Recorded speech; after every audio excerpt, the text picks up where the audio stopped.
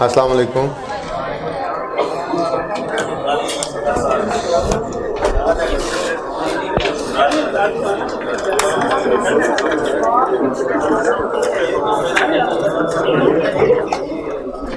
अच्छा जी, मुझे थोड़ा सा टाइम मिल गया था रात को, तो मैंने आपके लिए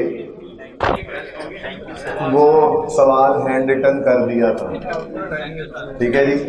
उसका फ़ायदा सिर्फ ये होता है, देखें यहाँ पर कंपोजर्स मेरे पास मौजूद होते हैं। मैंने सिर्फ ये सफ़ा रात को व्हाट्सएप कर देना तो आपकी क्लास से पहले पहले कंपोजर्स उसको कंपोज कर देते, पर वो काम तो हो जाएगा, वो तो बुक में आ जाएगा, पर उसमें शायद 2 से 3 सफ़ों के ऊपर सोल्यूशन चला जाता है।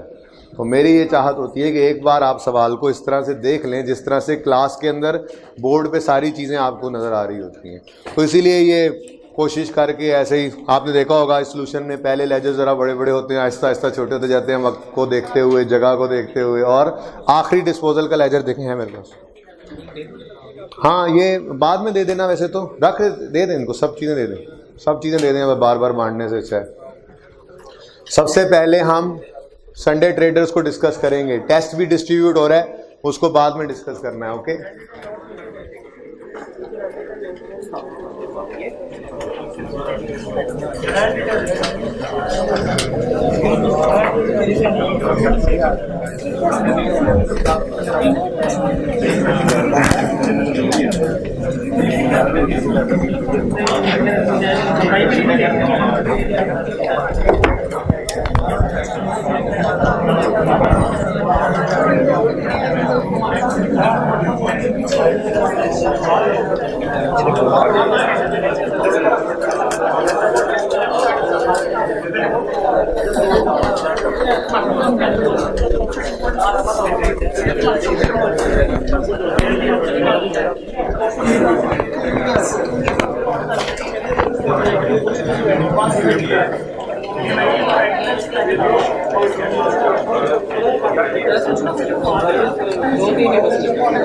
सारी निकलेंगी अभी।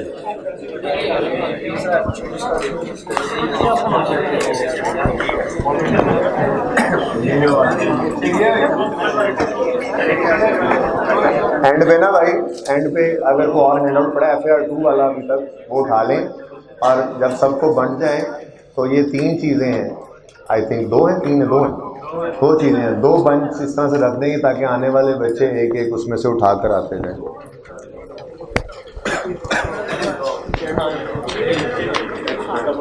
एक्स्ट्रा है जी, किसी को टेस्ट ना मिले हो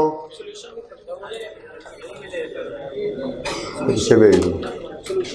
सोल्यूशन हैंड रिटन एक्स्ट्रा है, किसी को सोल्यूशन ना मिले हो ये इधर बता दें, फर्स्ट रो में, सेकंड रो में।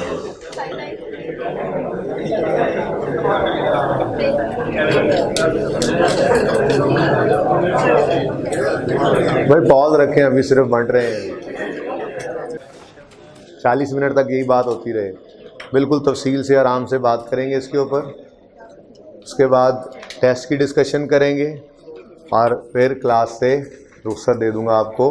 नहीं बात हो सकी इन्वेस्टमेंट प्रॉपर्टी पर, हालांकि मुझे लग रहा था कि शायद 10 मिनट में मैं संडे ट्रेडर्स को डिस्कस कर लूँगा, बट आराम आराम से बात करते गए, उससे फ़ायदा महसूस हो रहा था, तो इसलिए वो बात होती रही।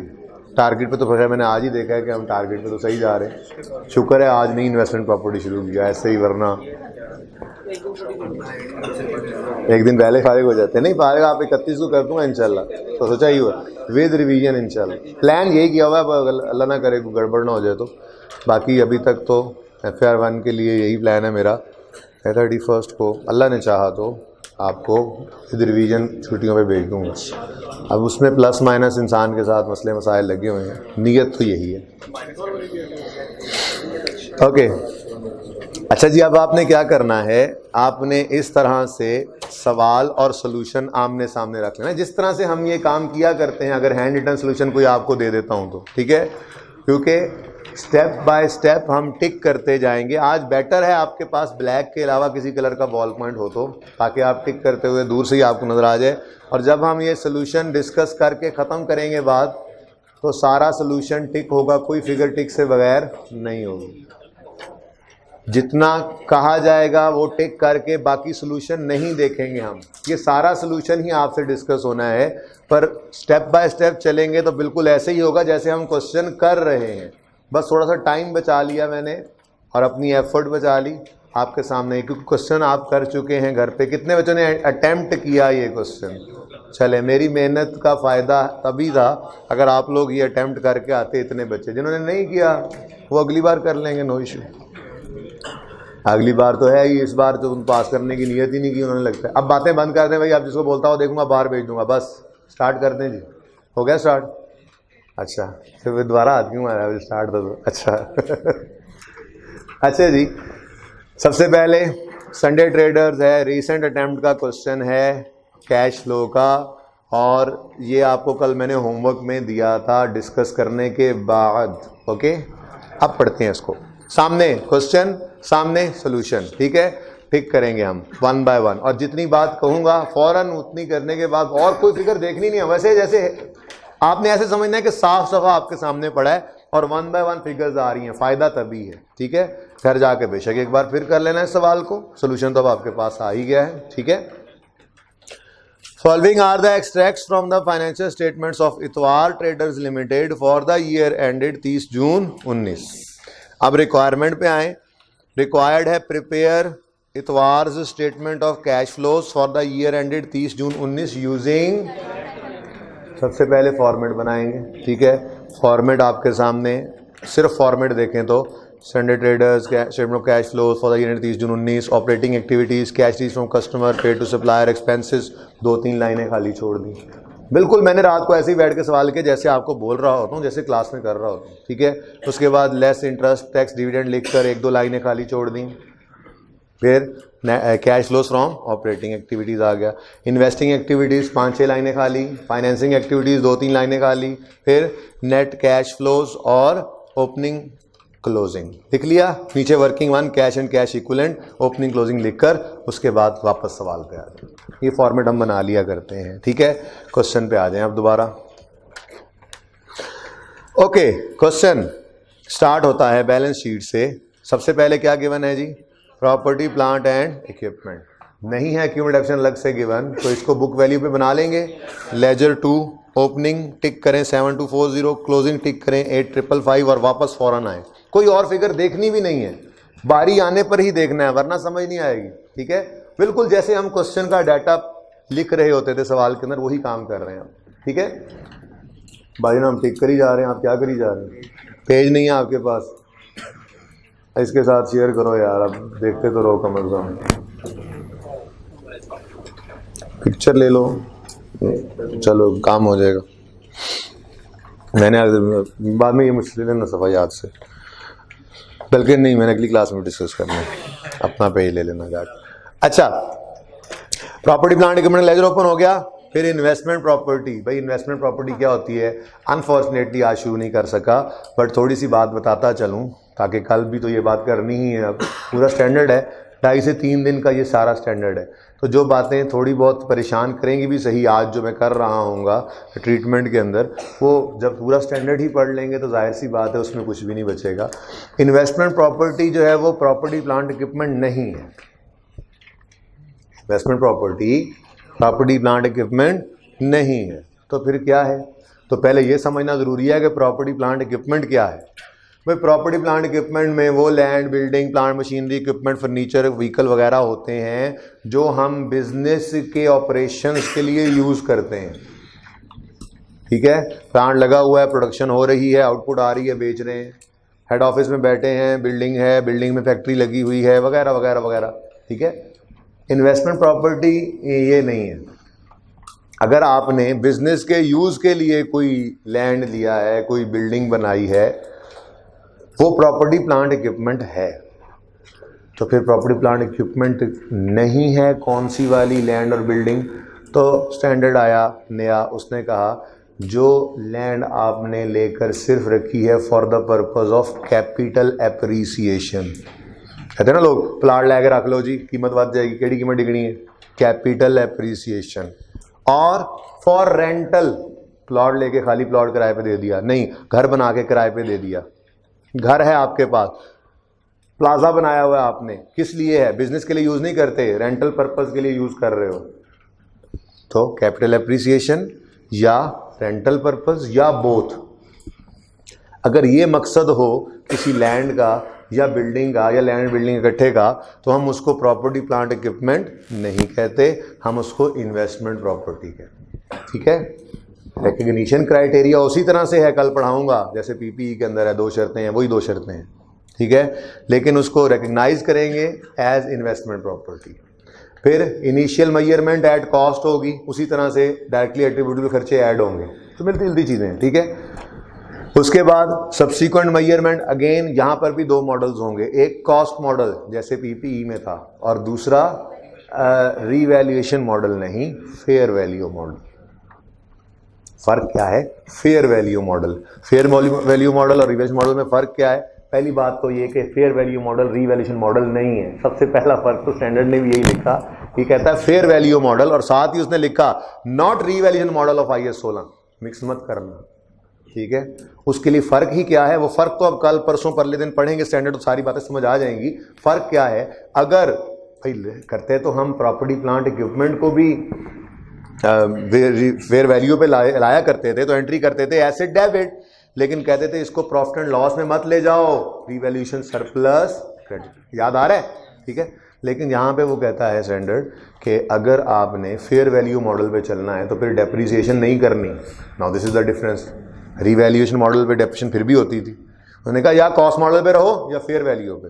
फेयर वैल्यू पे जाओगे तो डेप्रिसिएशन नहीं करनी। अच्छा जी, फिर क्या करना है, साल के एंड पे फेयर वैल्यू पे उठा के ले जाना। अच्छा जी, तो एसेट बढ़ गया अगर, तो क्या करें? उन्होंने कहा एसेट डेबिट कर लो। ये तो मुझे ही पता है, गेन को क्या करूं, क्रेडिट, रिवैल्यूएशन सरप्लस कहूं? उसने कहा नहीं। क्या फेयर वैल्यू गेन कहूं? उसने कहा हाँ। कहां ले जाऊं? ले जाओ प्रॉफिट एंड लॉस में, अदर इनकम में ले जाओ फेयर वैल्यू गेन को। क्यों? ये तो अनरियलाइज है, फलां है, ढिमका है।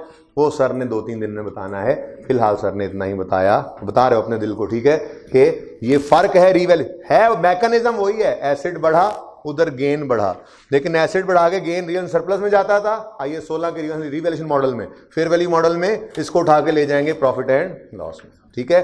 FAR 2 में जाकर आप पढ़ेंगे फाइनेंशियल इंस्ट्रूमेंट्स के बारे में, उसमें कुछ को फेयर वैल्यू मॉडल में प्रॉफिट एंड लॉस में ले जाते हैं, कुछ को OCI में से भी रूट करवाते हैं, जिस तरह से रिवैल्यूएशन सरप्लस होता है। तो फिलहाल आपके लेवल पे 2 ही चीज़ें हैं, एक रिवैल्यूएशन सरप्लस जो OCI से होके जाता है, प्रॉफिट एंड लॉस में नहीं लाते और रिटेन्ड अर्निंग में चला जाता है, और एक है फेयर वैल्यू मॉडल जो प्रॉफिट एंड लॉस से होकर रिटेन्ड अर्निंग्स में होकर चला जाता है। बात समझे हो?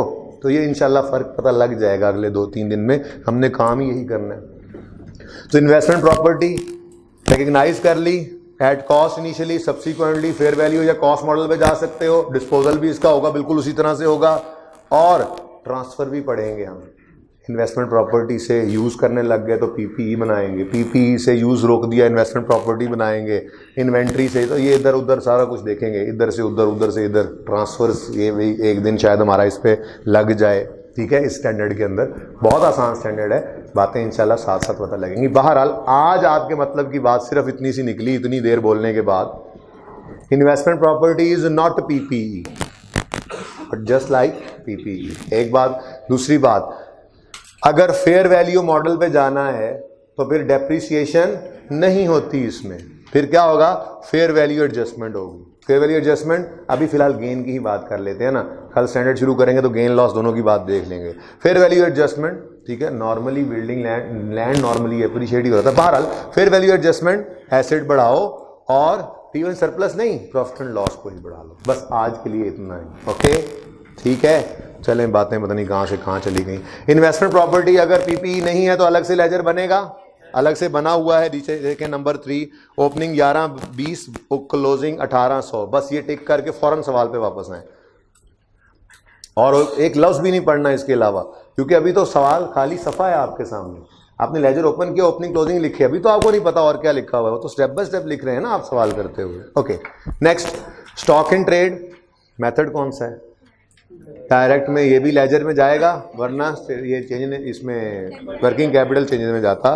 तो आगे हम स्टॉक में ओपनिंग 4500, क्लोजिंग 4800 टिक करें और फौरन वापस आए। प्री पेमेंट्स जी, प्री पेमेंट्स लेजरे में जाते हैं ये एक्रूअल प्री पेमेंट्स। तो नीचे नंबर 5 में लेजरा बना हुआ है, थोड़ा गंद पड़ गया, इसको आपने बाद में वो देखना है। फिलहाल तो आप सिर्फ देखें opening pre payment 268, closing pre payments 184, टिक करें और फौरन और सारी चीज़ छुपा के वापस आए। गलत किया अगर पढ़ लिए तुमने लोग। नेक्स्ट, अपना नुकसान किया। ट्रेड रिसीवेबल्स डेटर्स, अलग लेजर बनेगा। नंबर 6 ओपनिंग 3600, क्लोजिंग 3800, टिक करें, वापस आए। ये बैलेंस शीट में भी टिक करते जा रहे हैं, उधर भी टिक करते जा रहे हैं। एंड पे देखेंगे सारा सवाल भी टिक हो जाएगा, सारा सोल्यूशन भी टिक हो जाएगा। एडजस्टमेंट्स को बात कर लूंगा ना मैं, ठीक है। नेक्स्ट, कैश कहाँ जाता है? कैश एंड कैश इक्विवेलेंट में, टिक कर लो इसको। और cash and cash equivalent working 1 में जाकर देखो 480 और 194, क्लियर। नेक्स्ट आ जाओ क्रेडिट साइड पे। Share capital, share premium, retain earning, तीनों के लेजर बनते हैं। शेयर कैपिटल नंबर 8 पे देखो, ओपनिंग 3450, क्लोजिंग 4650, टिक करो, हो गया। शेयर प्रीमियम ओपनिंग 1240, क्लोजिंग 1600, टिक करो, हो गया। रिटेन अर्निंग्स देखो, मैंने भी सवाल करते हुए ना रात को ब्रॉड डाउन लिख दिया था अपनी नॉर्मल साइड पे, और लिखते ही जब मैं सवाल की तरफ गया तो वहां पे माइनस पड़ा हुआ था, नो प्रॉब्लम, वहां पे डैश लगा दी, दूसरी साइड पे लिख लिया। क्या हुआ? पार्टनरशिप याद करो, इंट्रो वाली पार्टनरशिप याद करो। फिक्स्ड कर देते थे कैपिटल अकाउंट को, करंट अकाउंट को अलग रखते थे, और जितने प्रॉफिट्स पड़े होते थे ओनर्स उससे ज़्यादा ड्रॉ करके ले जाते थे, तो वो डेबिट बैलेंस शो करने लग जाता था करंट अकाउंट, नेगेटिव बैलेंस, अगर याद हो कुछ, ठीक है।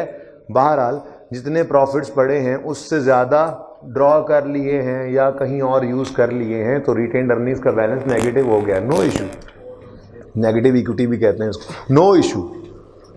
अगले साल इतना प्रॉफिट आया है कि वो फिर पॉजिटिव करके चला गया है, उसको देख लें। ओपनिंग में पिछले साल के क्लोजिंग पे ये नेगेटिव हो गया था, ठीक है। शायद लॉसेज आ गए हों, शायद प्रॉफिट्स तो आए हों लेकिन ड्राइंग ज़्यादा कर ली हों, शायद कोई रिजर्व में ट्रांसफ़र ऐसा कर दिया हो, कुछ गड़बड़ हुई थी, कुछ तो हुआ था, बैलेंस हो गया था एब नॉर्मल। रिटेन्ड अर्निंग्स का नॉर्मल बैलेंस क्या है? क्रेडिट। और अगर डेबिट है तो उसने लिखा इधर ही, ये उसकी मेहरबानी है, ठीक है, वरना और परेशान होते आप दूसरी तरफ आ रहे, कहते हैं एसेट्स में आ गया, एसेट नहीं है वो, ठीक है ना।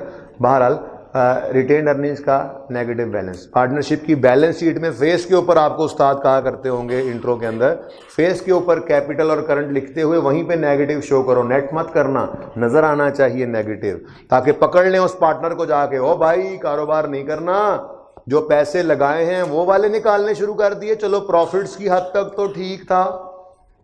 तो दिस इज एन अलार्म कि आप अपनी रिटेन्ड अर्निंग्स को जितनी थी उससे ज्यादा निकाल के ले गए, तो मतलब अपना असल सरमाया निकालना शुरू कर दिया आपने, जो पैसा आपने रखा हुआ है। तो बिजनेस क्या ग्रो करेगा? खे ग्रो करेगा।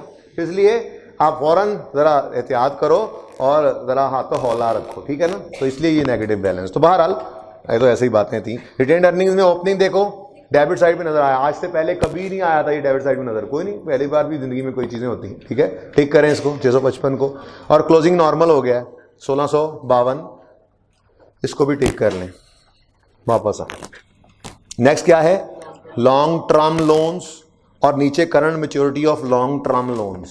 जी, इनको एनसर्कल किया था कल डिस्कशन करते हुए। अब इसके लेजर में देखोगे तो दोनों एडिड नजर आएंगे। तो लॉन्ग टर्म लोन्स का नंबर 10 लेजर है, चेक करो। ओपनिंग 6523 टिक करो, प्लस 700 भी टिक करो, हो गए टिक, ऐड कर लिए। यही सीखा है, 3-4 दिन से ऐसे ही कर रहे थे, ठीक है। क्लोजिंग 6024 टिक करो और 850 टिक करो, नजर आ रहे हैं ब्रैकेट में। कोई एक चीज नई नहीं थी। मैं तो इन्वेस्टमेंट प्रॉपर्टी और वो लाइबिलिटी, ये कॉन्ट्रैक्ट लाइबिलिटी का लफ्ज नया देखकर आप परेशान हो रहे हैं, ये नई चीज थी। ये नई चीज नहीं थी, क्योंकि ये पेपर आया था ICAP का, जिसमें बच्चों ने सारे टॉपिक्स पढ़े हुए थे। इन्वेस्टमेंट प्रॉपर्टी सिलेबस में है, 3 दिन लास्ट टाइम भी लगे थे उस पर, 3-3.5 दिन, जितना टाइम में होता है। फिर IFRS 15 आपके सिलेबस में है, 10 दिन, 8 दिन, 7 दिन, 6 दिन, जितने दिन में आपको तसल्ली हो जाए, इतने दिन, ये 7 से 8 दिन कम से कम इस पर भी लगा करते हैं, ठीक है। तो ये सब चीज़ें उनके लिए नई नहीं थी, उनको पता था ये, जिन्होंने ये पेपर दिया था। तो कोई चीज़ नई नहीं थी, मैं ये कह सकता हूँ। जब ये आप भी दोनों स्टैंडर्ड्स पढ़ लेंगे तो इस सवाल के अंदर कोई नई चीज़ नहीं रहेगी फिर, ठीक है। ओके, तो उसके बाद कॉन्ट्रैक्ट ट्रेड पेएबल्स क्या करेंगे जी? मेथड डायरेक्ट है तो इसका भी लेजर बनेगा। तो देख लें नंबर 11 पे, ओपनिंग 5390 टिक करें, क्लोजिंग 3422 टिक करें बैलेंस शीट में। हो गया वहां पे प्लेस, बस इससे ज़्यादा नहीं देख रहे अभी हम, वापस आए फौरन। नेक्स्ट कॉन्ट्रैक्ट लायबिलिटी, कहा था आपको ये क्या है, advance from customer, advance from customer. और असल में रात को भूल गया ये बात लिखना, लेजर का मैं नाम ही यही लिख लेता, पर लेजर का नाम मैंने वही लिख दिया जो लिखा हुआ था, कोई बात नहीं, खैर है, ठीक है। कॉन्ट्रैक्ट लायबिलिटी का लेजर बनेगा, अलग से बना हुआ है, जाके देखो। ओपनिंग 40 क्लोजिंग 250 टिक कर लो, बैलेंस शीट टिक होती जा रही है, तुम बैलेंस शीट को टिक नहीं कर रहे हो, अच्छा इधर बैलेंस को नहीं करते, सही है, चलो ठीक है, जैसे भी। नेक्स्ट एक्रूड लायबिलिटीज लेजरे में चेक करो जाके, एक्सपेंसेस के लेजरे में। Opening accrued liabilities 180, closing accrued liabilities 310 टिक करो। नेक्स्ट इंटरेस्ट पेएबल का हमेशा से अलग लेजर बनता आया है, अलग लेजर बना हुआ है। नंबर 13 देखो, 1110 ओपनिंग 135 क्लोजिंग। करंट मैच्योरिटी तो ऑलरेडी हो चुका है। प्रोविजन फॉर टैक्स मैंने कहा था ये क्या है, टैक्स पेएबल, देखें टैक्स पेएबल ही लिखा हुआ है। Number 14 opening 230 closing 440। तो एक सफ़े पे देखें, कोशिश करने के लिए क्या कुछ करना पड़ा। डिस्पोजल के लेजर बेचारे की औकात देखें कितनी को रह गई है। शुक्र करें एक आधा और लेजर नहीं आया, वरना मैंने इन्वेस्टमेंट प्रॉपर्टी के नीचे एक लेजर बना देना था, और स्टॉक के ऊपर भी एक लेजर बनाना था, और संडे ट्रेडर के ऊपर भी काफ़ी जगह है, यहाँ पे भी एक लेजर बन सकता था, बट अल्हम्दुलिल्लाह लेजर पूरे हो गए थे। बहरहाल चूँकि आपके सामने सबक ऐसा सबक पढ़ना ना पड़े, ये कोशिश होती है मेरी, तो इस कोशिश के अंदर बहरहाल कामयाब रहा मैं। आईकैप का भी तो एक सफ़े का सोल्यूशन होता है, वो क्या हुआ, हम भी एक सफ़े का सोल्यूशन बना देंगे, ठीक। अच्छा चले, ठीक है। अच्छा मुझे पता है बनाता भी नहीं है वो, समझ भी नहीं आती, इसीलिए ओके छोड़ें, फिगर्स पे फोकस करें आप, वो सब सही होंगी। अच्छा जी, बैलेंस शीट सारी हो गई, ठीक। आ जाओ फिर इनकम स्टेटमेंट पे। सेल्स 29,700, डेटर के अंदर जाके लिख लो 29,700, और पॉइंट 1 में जो बात लिखी है वो वैसे ही कवर्ड होती है हमारी कि हम कैश और क्रेडिट दोनों ही लिया करते हैं डेटर के लेजर में, तो इसलिए परेशान होने की ज़रूरत नहीं है। बस सेल के आगे ब्रैकेट में आप सेल के नीचे लिख सकते हो कैश प्लस क्रेडिट, मैंने नहीं लिखा, सोल्यूशन में लिख लो कैश प्लस क्रेडिट, ये मैंने बता दिया हुआ है आपको। कैश फ्लो के टॉपिक में हम ये दोनों ही सेल्स ले लिया करते हैं। ओके चले आगे बढ़ें। नेक्स्ट क्या है, कॉस्ट ऑफ सेल्स। सवाल आपने घर पे पढ़ा है, कॉस्ट ऑफ सेल में कोई एडजस्टमेंट नहीं थी, इसलिए स्टॉक में डायरेक्ट मैंने इसको लिख दिया। अगर होती एडजस्टमेंट तो इसको स्टार लगा के एडजस्ट करते। हाँ वो अलग बात है कि जहाँ स्टार लगाने थे वहाँ पे भी जगह नहीं बची थी मेरे पास, तो मैंने ब्रैकेट में ही वो सारा काम किया हुआ है। आप तो स्टार लगा लेंगे ना जब खुद घर पे आज सवाल कर रहे होंगे, ठीक है। ओके तो cost of sale as it is आ गया 15,750, टिक कर लिया आपने। नेक्स्ट क्या है, डिस्ट्रीब्यूशन कॉस्ट। हैरत हुई मुझे, कुछ बच्चे पूछ रहे थे डिस्ट्रीब्यूशन कॉस्ट का मतलब क्या होता है। भाई डिस्ट्रीब्यूशन कॉस्ट का मतलब होता है selling cost. Distribution cost selling cost का दूसरा नाम है।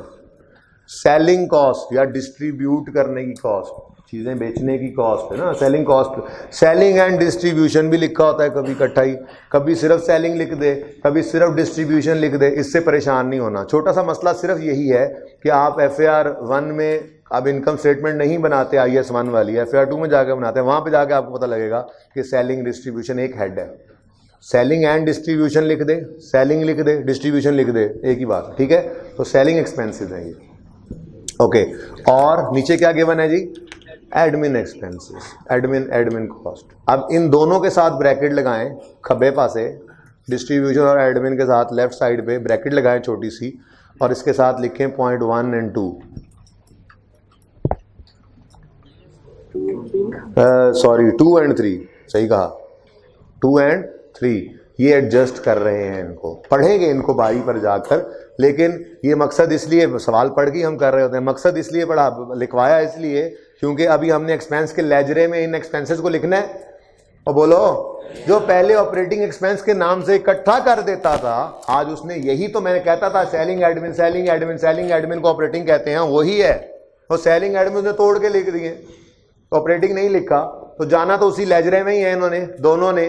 तो देखो जाकर एक्सपेंस के लेजरे में डिस्ट का मतलब डिस्ट्रीब्यूशन है, एडम का मतलब एडमिन है, जगह कम थी मेरे पास, और ब्रैकेट में मैंने लिखी है प्रॉफिट एंड लॉस वाली फिगर 61852302, टिक कर लें और वापस आ जाएं, कोई ब्रैकेट की चीज पढ़ने की जरूरत नहीं है। ओके उसके बाद आगे बढ़ें। आगे क्या है, अदर इनकम, एंड पे देखते हैं। एंड में देखते हैं। आगे इंटरेस्ट एक्सपेंस 1210 कहाँ जाएगा? आपके लेजर में, इंटरेस्ट वाले में देखो जाकर, कौन सा नंबर है? नंबर 13। इंटरेस्ट एक्सपेंस 1210 टिक करो। इनकम स्टेटमेंट टिक होती जा रही है, सिवाय अदर इनकम के कुछ नहीं बचेगा अभी। पीबीटी कहाँ जाया करता है? मैंने कौन को रिचर दे रहे पीबीटी तो स्टार्टिंग पॉइंट है कैश फ्लो का। चलो ठीक, इसमें नहीं है, लेकिन वो देखें, ज़रा गौर करें। मैंने इस सवाल में एडजस्टमेंट्स को दूसरे मेथड में समझाने के लिए भी तैयारी की है आप लोगों के लिए, ठीक है। अगर ये सवाल ही अगर इनडायरेक्ट मेथड से होता तो एडजस्टमेंट कैसे हो रही होती, ताकि अब आपको वो मसले मसाइल ना रहे, ठीक है। ओके, उसके बाद क्या है जी? टैक्स एक्सपेंस 1150 कहाँ जाएगा? टैक्स के लेडजर में देखें जाके, नंबर 14 टैक्स एक्सपेंस 1150 नज़र आ रहा है, टिक कर लीजिए। और पैट को यहीं छोड़ देंगे, पड़ा रहने देंगे, इसको रिटेन अर्निंग में जाके लिख लेंगे। तो जाके लिख लिया है, जाकर देख लें, 35,060 टिक करें और रह गई अदर इनकम, ठीक है जी। अब other income comprises of, point number 5 पहले पढ़ रहा हूं। अदर इनकम कंप्राइजेज ऑफ, क्या लिखा हुआ है जी बैलेंस शीट में, इनकम स्टेटमेंट अदर इनकम के आगे? 404।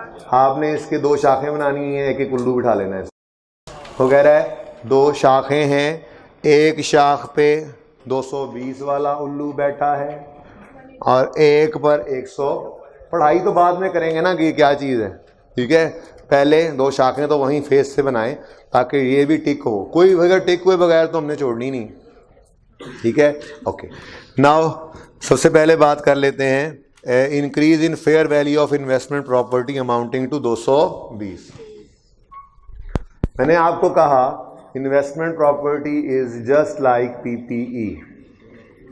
इसका मतलब ये हुआ, मैं इंशाल्लाह बनाऊंगा एग्जांपल्स में बना रहा था, बस टाइम नहीं मिला। एक 100 पेज के ऊपर मैं ये केसेस बना दूंगा आपको कि अगर कैश फ्लो के सवाल में वो बोरिंग कॉस्ट को मिक्स करे तो पीपीई के लेजर में क्या तरतीब हो। एक ही काम है, पहले आप वो एंट्री करेंगे फिर बैलेंसिंग। अगर रीवैल्यूएशन इसके साथ मिक्स करे IAS 16 तो क्या एंट्री किस तरह से करो। अगर इन्वेस्टमेंट प्रॉपर्टी आ जाए, फेयर वैल्यू एडजस्टमेंट हो तो क्या एंट्री करो, एंड सो ऑन। तो वो 3-4 केसेस जो मेरे जहन में बनेंगे उनको मैं यहाँ पर लिख दूंगा। इसलिए रुक गया कि गवर्नमेंट ग्रांट भी देख लूँ एक बार जाकर, और वो लेजर भी एक बनाकर आपके सामने एक केस 3-4 केसेस बना के आपको हैंडआउट दे दूंगा। गवर्नमेंट ग्रांट को पेंडिंग कर लेंगे, जब पढ़ लेंगे तो आप उस हैंडआउट को रेफ़र कर सकेंगे। बट वो इन प्रोसेस है, वो कुछ बनाया था कुछ नहीं बनाया था, बस वो अब जब बन गया आपकी किस्मत में हुआ, मिल जाएगा आपको इंशाल्लाह, ठीक है। ओके, तो ये जो हम property plant equipment book value पर बनाते थे, मैंने आपको समझाया था कि ओपनिंग होगा, क्लोजिंग होगा, डेप्रीसिएशन होगी, डिस्पोजल होगा, सब होगा। लेकिन अगर रीवैल्यूएशन सरप्लस हो तो पहले उसकी एंट्री करना, फिर दूसरा काम होगा कैश वाली फिगर बैलेंस। अगर ये एंट्री किए बगैर कैश निकालोगे तो गड़बड़ हो जाएगी, ठीक है ना। क्या गड़बड़ हो जाएगी? ये कैश तो है नहीं लेकिन कैश में शामिल हो जाएगा, नॉन कैश है ना।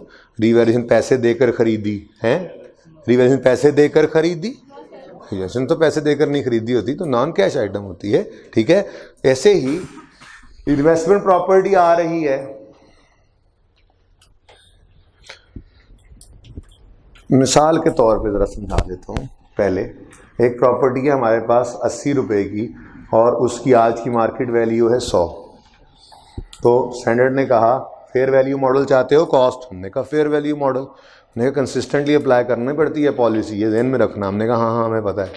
फिर हर साल करोगे फेयर वैल्यू? हाँ कर लेंगे, नो इशू, ठीक है। अब फेयर वैल्यू पे हैं हम, यहाँ पे फेयर वैल्यू था ना, इसलिए मैं वो अप्लाई कर रहा हूँ।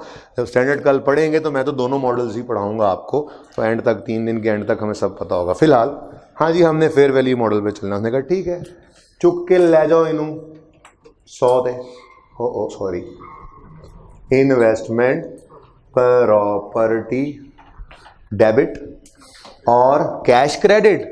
अच्छा, रीवैल्यूएशन सरप्लस क्रेडिट नहीं, यही तो कहा है इसको ले जाओ कहाँ? अदर इनकम में, यानी प्रॉफिट एंड लॉस में, यानी जो भी कहो ये एंट्री कर लो, ये एंट्री कर लो, ठीक है। और सही है। अब हमारे सवाल के अंदर वो क्या कहता है, other income comprises of, other income में पड़ा है क्या क्या? नंबर 1 220 क्या है? Increase in fair value of investment property, increase in fair value of investment property, increase in fair value of investment property. तो increase in fair value of investment property तो 220 यहां पे आपने लिख ली। अब दूसरी तरफ कहां पे क्रेडिट हुई पड़ी है? ऑलरेडी हुई पड़ी है ना, यानी उसकी एंट्री ही तो यही बनी है, investment property debit other income credit. तो इस 220 के साथ जो आपने जो दो शाखें बनाई हैं, एक उल्लू के साथ आप ये एंट्री लिख चुके होंगे, मुझे पता है आप सवाल के फेस पर ही आप लिख चुके होंगे investment property debit other income credit, और ब्रैकेट में लिखा होगा आपने फेयर वैल्यू गेन। कितना जी? 220। ठीक है, ये एंट्री हुई है तो अदर इनकम कंप्राइजेज ना, तो दूसरी तरफ भी ये काम हुआ है। यहाँ पे हमने लिखा other incoming fair value gain. ठीक है जी, अदर इनकमिंग, सही है और ठीक है। अच्छा, अब ओपनिंग बताओ। ये कुछ नोट करने की जरूरत नहीं, सब कुछ है आपके पास हुआ हुआ। ठीक है, बस आपने इम्पैक्ट बाद में देख लेना है। देखो सिर्फ समझो, ये सिर्फ जो कहा लिख लो, वो सफ़े के ऊपर लिख लो, सवाल के ऊपर लिख लो जी। ओपनिंग बता दो 120, क्लोजिंग बता दो 1800। अब देखो, अगर फेयर वैल्यू गेन है तो मतलब फेयर वैल्यू मॉडल है, और अगर फेयर वैल्यू मॉडल हो तो ये रिवैल्यूएशन वाला मॉडल नहीं है। डेप्रिसिएशन वहां पे होती है, यहाँ पे नहीं होती। अगर आप कॉस्ट मॉडल पे तो डेप्रिशिएट करो, अगर फेयर वैल्यू पे तो डेप्रिसिएशन नहीं है। कल पढ़ाऊंगा इंशाल्लाह। ठीक है, क्या है, हर साल के एंड पे फेयर वैल्यू पे उठाकर रख लो इसको, gain loss profit and loss में चार्ज करते रहो, छोड़ो डेप्रिसिएशन वगैरह कुछ भी ना करो। ठीक है, वो डिफरेंट है ना, इन्वेस्टमेंट प्रॉपर्टी है। बहरहाल अगर फेयर वैल्यू गेन आ रहा है तो मतलब फेयर वैल्यू मॉडल पे चल रहे हैं तो आ रहा है ना, तो फिर डेप्रिसिएशन तो हो ही नहीं सकती। इसलिए ये मत सोचना कि इधर डेप्रिसिएशन नहीं आ रही। जब फेयर वैल्यू एडजस्टमेंट हो रही होती है, यही लॉस भी तो हो सकता था, हम कम भी कर देते। तो गेन लॉस ये रिकॉर्ड कर लेते हैं एसेट में, डेप्रिसिएशन नहीं करते। IAS 40 के अंदर इन्वेस्टमेंट प्रॉपर्टीज में कल स्टार्ट करेंगे इंशाल्लाह। ठीक है, जहन वैसे बना लिया, थोड़ा थोड़ा आपका फायदा ही हो गया। वैसे इसके बाद थोड़ी सी बात भी चल पड़ी इसकी, और अब इसी कंटिन्यूटी में हम 3 दिन में इंशाल्लाह अगला स्टैंडर्ड बता देंगे। ठीक है, ओके जी। अब बताएं बैलेंसिंग फिगर 4। अब ये है कोई नया प्लॉट जो हमने खरीदा है। ठीक है, ये नया प्लॉट जो हमने खरीदा है, अब इसकी एंट्री क्या है? ये investment property debit cash credit. ये क्या है? Addition in investment property, cash paid for addition in investment property. Investing properties में आना चाहिए, जाके देख लो। अब इन्वेस्टमेंट प्रॉपर्टी, इन्वेस्टिंग प्रॉपर्टी में जाके टिक कर लो इसको। 180 है, 460 आ रहा है ना, शुक्र है। 460 को टिक करें, और नीचे वर्किंग नंबर 3 में जाकर भी इस ओपनिंग क्लोजिंग को तो आपने लिखा हुआ था, फेयर वैल्यू गेन की एंट्री को टिक करें, और 460 को भी टिक कर लें।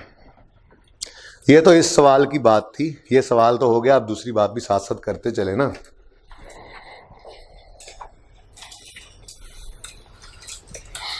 जी, यहां तक कोई मसला तो नहीं है। अच्छा, अब ये मेथड कौन सा है? डायरेक्ट। इसमें हमने पीबीटी से स्टार्ट ही नहीं लिया। गड़बड़ होती अगर वो कहता सेल्स में ये गेन शामिल कर दिया है, तो हम उस पे से निकालते। इनकम है ना, एक्सपेंस तो है नहीं, सही है ना। चलो यूं कह लेते हैं, लॉस होता मिसाल के तौर पे, और कहीं सेलिंग एडमिन में शामिल होता, तो क्या कहते? जैसे कल एक्सपेंसेस नॉन कैश को हम निकाल रहे थे, ठीक है, उसको हम माइनस करते, प्रोविजन माइनस कर रहे होते हैं, ग्रेचुइटी एक्सपेंस भी कल माइनस कर रहे थे। लेकिन ऐसा कुछ हुआ नहीं।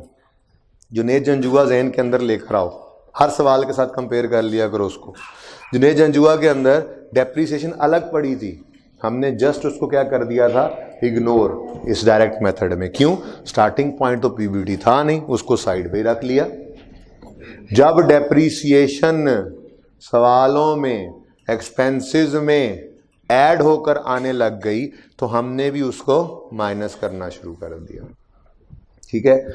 ऐसे ही लॉस या gain on disposal Junaid Janjua में अलग नजर आ रहा था, किसी इनकम एक्सपेंस में ऐड, मैं कहता हूं मिसाल के तौर पे लॉस ऑन डिस्पोजल होता और वो लॉस ऑन डिस्पोजल किसी एक्सपेंस में ऐड हो जाता, नॉन कैश था, ठीक है। जुनेद जंजुआ में तो सिर्फ क्या कर दिया, उन्हें इग्नोर। लेकिन अगर किसी सवाल में लॉस ऑन डिस्पोजल ऐड हो जाए एक्सपेंसेस में तो क्या करना पड़ेगा, लेस। तकरीबन 3-4 सवालों में जब भी इसे एडजस्टमेंट पहुंचा, मैंने ये बात हर दफ़ा आपके साथ की है, मेरे ख्याल में तो 3 से 4 दफ़ा ये बात मैंने ज़बानी की हुई है आपके साथ, ठीक है। बहरहाल ये तो था डायरेक्ट मेथड, इसके अंदर हमने ये एडजस्टमेंट तो कर दी, कैश की फिगर सही निकल आई, लेकिन ये जो प्रॉफिट एंड लॉस के अंदर 220 का प्रॉफिट ऐड हो चुका हुआ है, इसको हमने इग्नोर कर दिया। क्यों? क्योंकि ये अलग से नजर आ रहा था। लेकिन अगर यही सवाल इनडायरेक्ट मेथड से आ जाए तो क्या करोगे, एडजस्टमेंट्स में यहाँ पर लिखोगे आते आते प्रॉफिट तक ऐड हो चुका है, ओ भाई ये तो कतन नहीं है ये कैश का gain, cash received. Fair value gain में कब कैश आता है, फेयर वैल्यू एडजस्टमेंट है, तो this is a non cash item. Profit तक आते आते ऐड हुआ पड़ा है, देख लो हुआ पड़ा है, हम इसे क्या कर देंगे, लेस। लेकिन ये मेथड नहीं था इनडायरेक्ट वाला ये सवाल में, इसलिए ये चूंकि अलग पड़ा था इसे इग्नोर ही कर दिया। मैंने ऐसे ही मिसाल देने के लिए कहा अगर ये सेल में शामिल होता तो निकालना पड़ता, पर सेल में शामिल नहीं था, अलग पड़ा था, like Junaid Janjua, we have just ignored, ठीक है। चलें आगे, ये काम नहीं था, जो करना है वो कर चुके हैं। अगर ये काम होता तो बिल्कुल यहाँ पे फेयर वैल्यू गेन को करते एडजस्ट, और फिर यहाँ पर आता वो जो नज़र आ रहा है आपको, cash paid for addition in investment property 460, ठीक है। तो ये बिल्कुल वैसे ही मैकेनिज्म होता। यहाँ पे 220 इग्नोर क्यों कर देते हैं, हम पीबीटी से शुरू नहीं कर रहे और ये किसी इनकम एक्सपेंस में एडेड नहीं है, अलग ही पड़े, ठीक है। इनडायरेक्ट में हो तो पीबीटी से शुरू करते हैं तो वहां तक आते आते ऐड भी हो चुका होता है, वहां से भी रिवर्स करना पड़ता है, और ठीक है ना, सही है। चलें आगे, नेक्स्ट क्या है, अदर इनकम कंप्राइजेज ऑफ, दूसरी चीज क्या है, rent receive from investment property amounting to 184। क्या रेंट रिसीव्ड, अभी बताया आपको इन्वेस्टमेंट प्रॉपर्टी के मकासद में से मकसद है या उसको सिर्फ कैपिटल एप्रिसिएशन के लिए रखा हुआ है, खाली प्लाट पड़ा है, या उसके ऊपर एक प्लाजा खड़ा कर दिया कि चलो लैंड की कीमत तो बढ़ती रहेगी, नाल दे नाल किराया भी आंदा रहेगा, रेंटल पर्पज है। तो जब इस प्रॉपर्टी को ही हम पीपीई नहीं कह रहे कि ये हमारे बिजनेस के साथ यूज होने वाली प्रॉपर्टी नहीं है, तो क्या इसकी इनकम को मैं ऑपरेशंस की इनकम कह सकता हूँ, इन्वेस्टमेंट की ही इनकम है, इन्वेस्टमेंट कर रखी है उस पर इनकम आ रही है। तो बहरहाल आईकैप ने इसको ऑपरेटिंग इनकम में शो किया था कैश रिसीव्ड को, लेकिन मैंने इसको इन्वेस्टिंग में शो किया है। इंडिविजुअली सारी फिगर्स सही हैं, टोटल्स 2-3 ये मतलब डिफरेंट आ जाएंगे, जैसे ऑपरेटिंग एक्टिविटी का टोटल मेरा और होगा, उसका और होगा, टोटल नेट में इंडिविजुअल फिगर सारी सही होंगी। बहरहाल कॉन्सेप्ट समझें, क्लासिफिकेशन की तो खैर है। कॉन्सेप्ट क्या है, रेंटल इनकम का लेजर, ठीक है। मुझे ये बताएं, इनकम है ओपनिंग में रिसीवेबल हो सकती है, बोलो, और क्लोजिंग में भी रिसीवेबल हो सकती है, क्या ख्याल है, हो सकती है ना। ओपनिंग में इनकम है, एडवांस भी हो सकती है, और क्लोजिंग में भी एडवांस हो सकती है। इनकम है, इनकम कैश किस तरफ आएगा, कैश डेबिट होता है तो इनकम का लेजर क्रेडिट, और प्रॉफिट एंड लॉस में जो रेंटल इनकम आनी है, जो प्रॉफिट एंड लॉस वाली फिगर है वो यहां पर आ जाएगी। अब पूरे सवाल के अंदर उसने कोई नहीं बताया था कि कोई ओपनिंग या क्लोजिंग में रेंट रिसीवेबल है या एडवांस है, ठीक है। अब सवाल के अंदर क्या गिवन है, वो कह रहा है रेंटल इनकम इंक्लूड्स, ये कंप्राइजेज ऑफ कितना जी, 184। जब कुछ भी नहीं रिसीवेबल या एडवांस तो ये सारे का सारा ही क्या है, और इनफैक्ट उसके अल्फाज पे भी गौर करो ना तो शायद कैश भी यही दिया हुआ था। क्या कह रहा है, के अदर इनकम इंक्लूड्स, पढ़ो, रेंट रिसीव्ड, रेंट रिसीव्ड, तो शायद कैश भी यही गिवन था, तो इनकम भी गिवन थी, कैश भी गिवन था। लड़ाई ना करना कि इस पे आपने बैलेंसिंग में लिखा, इस पे लिख लेते, तो आपको जहां दिल करे लिख लो, मेरे हिसाब से दोनों बातें ही बताई हुई थी उसने, ठीक है। तो कहने का मकसद ये है, मजा तब आता जब कोई ओपनिंग क्लोजिंग एडवांस रिसीवेबल भी होते, तो इनकम की फिगर होती डिफरेंट, कैश की फिगर होती डिफरेंट, ठीक है। अब ऐसी कोई बात थी नहीं, बेसिकली ये एंट्री वही पड़ी है, कैश डेबिट इनकम क्रेडिट 184, तो कैश डेबिट दिखा दो, ये कैश क्या है, इनफ्लो है। अब इनफ्लो को आईकैप ने ऑपरेटिंग एक्टिविटीज में यहां पर लिख दिया, कैश रिसीव्ड फ्रॉम किराएदार्स, टेनेंट्स, या cash received as rental income, लेकिन मेरा दिल कह रहा है कि मैं इसको इन्वेस्टिंग एक्टिविटी में शो करूं, कोई मसला नहीं है, अपना अपना पॉइंट ऑफ व्यू हो सकता है, आपका दिल क्या कर रहा है तो वहीं पे लिख देना, ठीक है। ऑपरेशंस में भी लिख सकते थे, पर कहाँ पे, यहाँ पे। आपको याद होगा मैंने इन्वेस्टमेंट इनकम के बारे में आपको कहा था, इनकम को ऐड बैक करना, और जैसे यहाँ पर लेस कर रहे हो, ऐड करके शो कर लो, आपकी मर्जी, इन्वेस्टिंग एक्टिविटी में शो कर लो, आपकी मर्जी। तो आईकैप ने यहाँ पे शो कर दिया था, जो मैंने कहा था आपकी मर्जी। जैसे ये इंटरेस्ट पेड, मैंने कहा था यहाँ शो कर लो या फाइनेंसिंग में शो कर लो, मर्जी ये है। डिविडेंड पेड यहाँ शो कर लो या फाइनेंसिंग में शो कर लो, मर्जी है। किताबें दोनों तरह की इजाजत देती हैं, ठीक है, पर हम यहाँ पे क्यों शो कर देते थे, मुझे असल में इस नहज पे आपको पहुंचाना होता था, जिसको मैंने कल लिखवाया था आपके साथ। इंटरेस्ट एक्सपेंस ऐड करो, टैक्स एक्सपेंस होता नहीं, सॉरी, ग्रेचुटी एक्सपेंस ऐड करो, वारंटी एक्सपेंस ऐड करो, और नीचे पेड लेस करो, तो एक सफ़े के ऊपर नजर आ जाए, बस मैं कंफर्टेबल फील करता हूँ। मैंने इस तरह से किताब के अंदर भी हमने इसी तरह से फॉर्मेट, दोनों ही इजाजत है, दोनों ही इजाजत है। अब आईकैप ने इन्वेस्टमेंट इनकम वो यहां पर शो कर दी, रेंटल इनकम। अपने सोल्यूशन में आईकैप ने इंटरेस्ट पेड और डिविडेंड पेड को शो किया होगा, आप देखेंगे फाइनेंसिंग एक्टिविटी में। तो मैंने कहा दोनों तरह की इजाजत है स्टैंडर्ड की तरफ से, दोनों तरह की बातें करते हैं लोग, दोनों तरह के फॉर्मेट्स बनते हैं, दोनों एक्सेप्टेबल हैं। तो इंडिविजुअल फिगर सही होंगी, प्रेजेंटेशन प्लस माइनस हो सकती है सोल्यूशन से, जब आप जाके मैच करो तो शायद एक आधी फिगर आगे पीछे हो। बहरहाल मैंने इसको इन्वेस्टिंग एक्टिविटीज में रखा, जाकर देखिए, cash received from rent of income property, investment property नजर आ रहा है, 184 नजर आ रहा है बेटा, ये फिगर है। तो ये लेजर बनाने की जगह नहीं थी, फजूल था इसलिए बनाया नहीं, पर ये आप अब कहीं बनाना चाहें तो बना लीजिए, अपने उसी सफ़े के ऊपर ही बना लें जहाँ पे आपने 404 के ऊपर 2 उल्लू बिठाए, एक उल्लू को एंट्री से उड़ा दें और दूसरे उल्लू को लेजर बना के उड़ा दें, ठीक है। और ये 404 की फिगर भी टेक हो चुकी है। जरा छेती कर लें भाईजान, ये वहां पे रख लें कैमरा, वो जहाँ पे वो 404 के ऊपर 2 उल्लू बैठे हैं, बच्चे वो नोट कर रहे होंगे, मैंने थोड़ा ही नोट कर रहे होंगे, फिर मैं यूं करूंगा, कभी यूं करूंगा, कभी यूं करूंगा, वो मुझे नोट कर रहे होंगे, तो बोर्ड पे रखें ताकि वो नोट करें। कैमरे की आंख आपको देख रही है, आपकी भी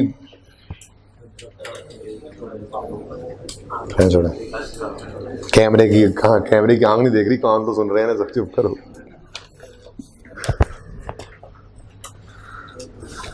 खलील तुम्हें समझ तो नहीं आ रही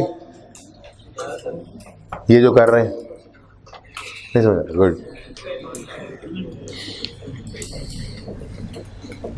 ओके डन, नोट हो गया, ऐसे बस नकल ही करनी थी।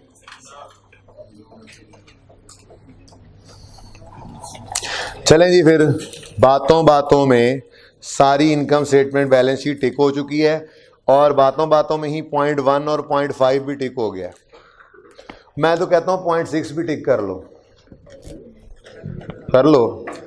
During the year STL issued right shares at premium, underline करो, issued right shares at premium, उसके नीचे एंट्री लिख लो entry, cash debit, share capital credit, share premium credit, entry लिख लो, निकलना बैलेंसिंग है इस फिगर ने, दोनों लेजर्स से लिख तो लो। उसने नहीं बताया कितने किए, बस उसने बताया किए हैं शेयर इशू, ना भी लिखता तो हमने यही समझना था। तो cash debit, share capital credit, share premium credit, ये एंट्री लिख लो, आगे क्वेश्चन मार्क डाल दो। बताया नहीं कितने ये है, वो हमारे पास बैलेंसिंग आएगा। ये पॉइंट ऐसे ही उसने लिखा, ये ना भी लिखता तो बैलेंसिंग जब निकलनी थी हमें शेयर कैपिटल शेयर प्रीमियम से बैलेंस मिलना था, हमें पता लग जाना था कि शेयर इशू हुए हैं और प्रीमियम पे हुए हैं, तभी तो शेयर कैपिटल भी बढ़ रहा है, शेयर प्रीमियम भी बढ़ रहा है। तो बस उसको भाई जरूरत तो नहीं थी, तुमने पॉइंट बढ़ाया। ओके चलो मैं तो कहता हूं ये अब उलट चाल ही पड़े हैं तो 4 को भी करते ही जाएं। वैसे पहली क्लास में तो ये एंड पे किया था, चलो अब उलट चाल ही पड़े हैं तो आपको कभी इधर कभी उधर, चलो अब रिवर्स ही चल पड़ते हैं जी। असेंडिंग कहेंगे डिसेंडिंग कहेंगे? ओके अच्छा मुझे नहीं पता, मुझे क्या पता। लोन इंस्टॉलमेंट्स वाली एडजस्टमेंट पढ़ रहा हूं। 5 और 6 में कोई मसला है तो बता दें, 1 में कोई मसला है तो बता दें, वो भी ठीक है। वापस आ गए मुझ पे आप? ठीक है जी। लोन इंस्टॉलमेंट्स इंक्लूडिंग इंटरेस्ट को छोड़ के पढ़ते हैं। Loan instalments of 1984 were paid during the साल, ठीक है ओके। अब ब्रैकेट्स मैथ पढ़ते हैं। लोन इंस्टॉलमेंट्स बशमूल interest of 1984 were paid during the year, यानी 1984 को आपने अंडरलाइन किया, 1984 मिलियन को अंडरलाइन कर लिया, और यानी आपने इसके ऊपर लिखा प्रिंसिपल प्लस इंटरेस्ट, यानी इसमें ये दोनों हैं। यानी समझ आ रही है? ओके फिर सुने। Loan instalments including interest of 1984 million were paid, मतलब इस 1984 के अंदर इंटरेस्ट प्लस प्रिंसिपल भी है। अब 1984 एक होल फिगर, टोटल फिगर है, ना तो इसको मैं इंटरेस्ट के लेजर में लिख सकता हूं, ना ही इसे मैं लोन। भाई लोन और इंटरेस्ट का जैसे लेजर अलग है, पेमेंट भी अलग है। लोन के अकाउंट में सिर्फ और सिर्फ प्रिंसिपल रीपेमेंट जा सकती है, इंटरेस्ट की पेमेंट तो इंटरेस्ट के लेजर में जानी चाहिए। अब मुसीबत पड़ गई, लेकिन कोई मुसीबत नहीं पड़ी। आप अगर गौर करें, सवाल सारा आप पोस्ट कर चुके हैं, इंटरेस्ट के लेजर को उसी वक्त आपका दिल कर रहा था चलो यार बैलेंस ना करी चलिए, करने चलिए बैलेंस, जाके देखो हो रहा था बैलेंस। इंटरेस्ट पेएबल का लेजर देखो, ओपनिंग क्लोजिंग एक्सपेंस मौजूद, और निकल के आया पेड। क्या निकल आया जी? Cash paid. अब यहां पर आकर लिखो, जहां पे आपने अपने सवाल के ऊपर ही, अपने क्वेश्चन के ऊपर आपने लिखा नहीं हुआ इंटरेस्ट प्लस प्रिंसिपल लिखा हुआ है ना, इसके ऊपर आप लिख लो इंटरेस्ट के ऊपर आके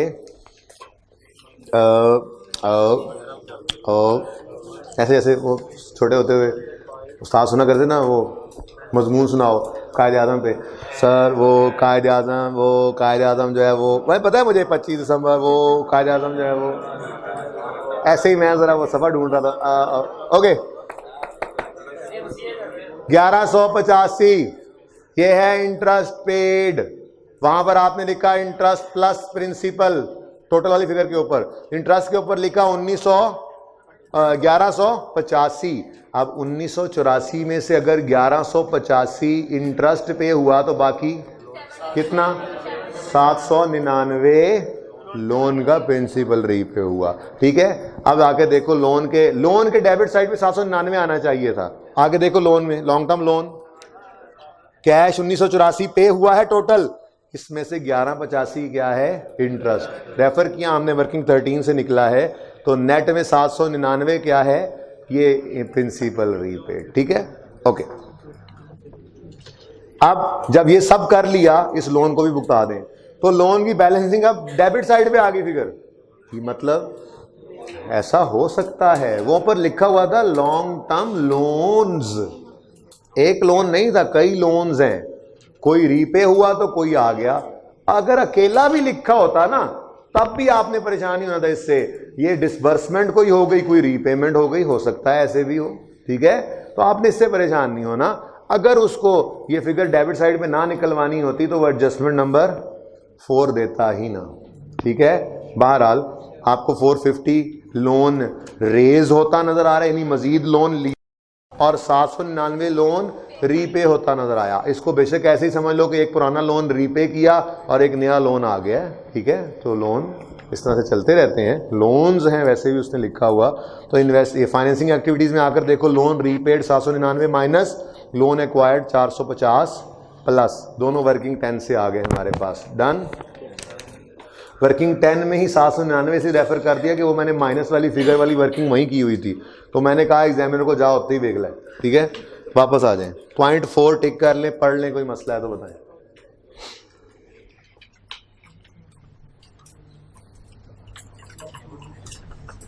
है कोई मसला? ओके, अब रह गया जी पॉइंट नंबर 2 और 3। अब इनको तरतीब से ही पढ़ लेते हैं, दोनों ही काम के पॉइंट है, दोनों ही एक जगह पे हिट होने हैं, ठीक है। तो पॉइंट 2 को पहले पढ़ते हैं, जिसको काफी दफा हम कर चुके हैं, ठीक है जी। Depreciation expense for the year amounted to 750 million जी।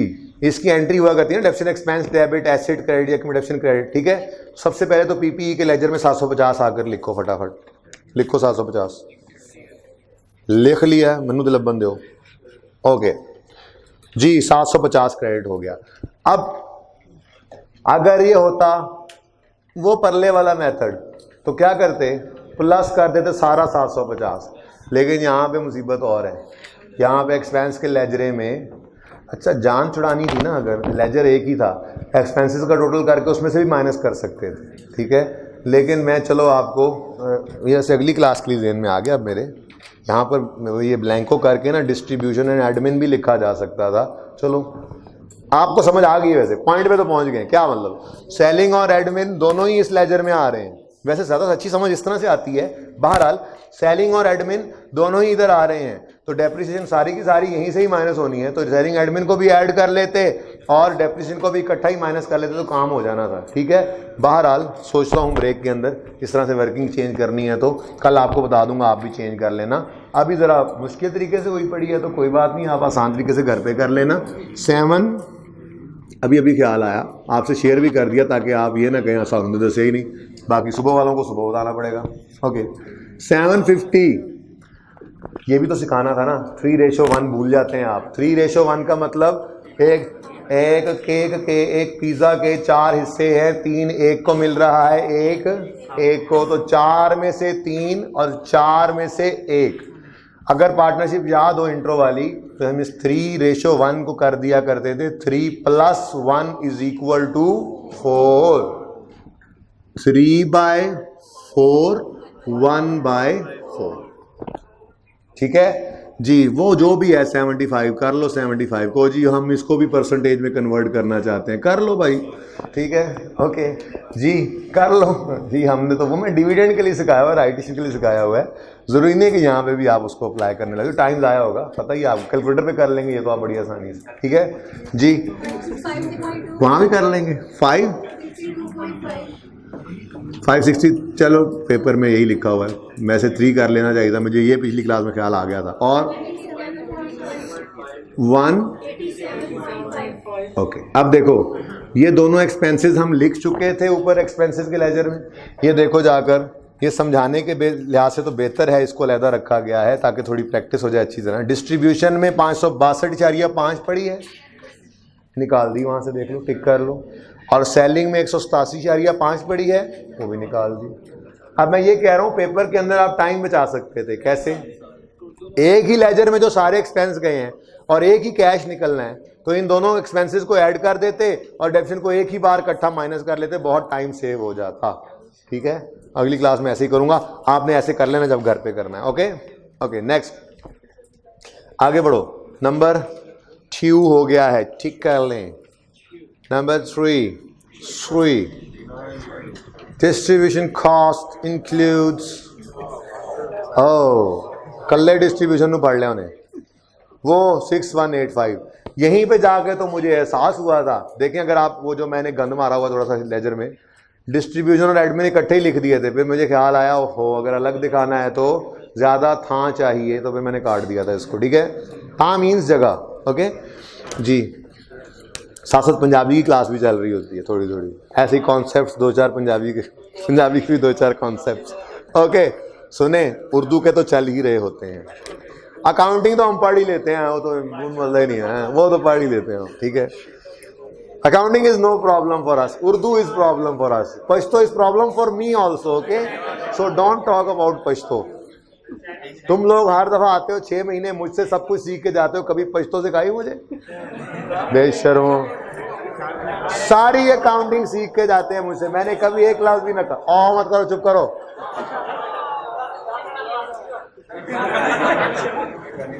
अच्छा आप सुनो, हंस लिया, हो गए फ्रेश, वापस आओ। टाइम कम में मुकाबला सख्त है, जल्दी करो। डिस्ट्रीब्यूशन कॉस्ट इंपॉर्टेंट एडजस्टमेंट आ गई है।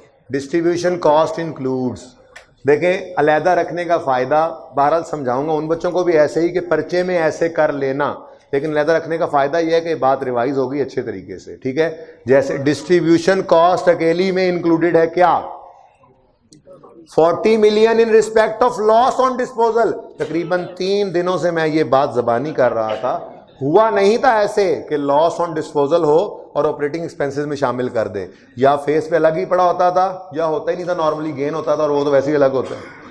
लेकिन तैयारी कर रहे थे हम इस बात की कि हो सकता है ऐसा हो जाए, हो सकता है ऐसा हो जाए, हो सकता हो गया, ठीक है। डिस्ट्रीब्यूशन कॉस्ट में 40 पड़ा है, लॉस है, फटाफट लेजर बनाओ। अब ये आखिरी लेजर था और जगह इतनी सी थी, तो 15 नंबर पे लेजर देखो, profit and loss debit disposal credit, tick कर लो जाके।